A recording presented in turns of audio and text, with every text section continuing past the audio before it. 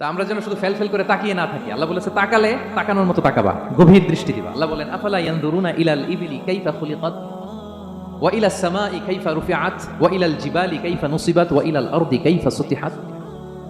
আল্লাহ বলেন ওরা কি নজর দেয় না? আফালা ইয়ানজুরুনা, নজর থেকে ইয়ানজুরুনা ইলাল ইবিলি, ওরা কি উটের দিকে তাকায় না? Don't they see to the camels how masterfully they were created? হ্যাঁ, তারা কি উটের দিকে তাকায় না কিভাবে উটকে সৃষ্টি করেছি? তারা কি আকাশের দিকে তাকায় না খুঁটিবিহীন বিশাল আকাশকে কেমন করে বানালাম?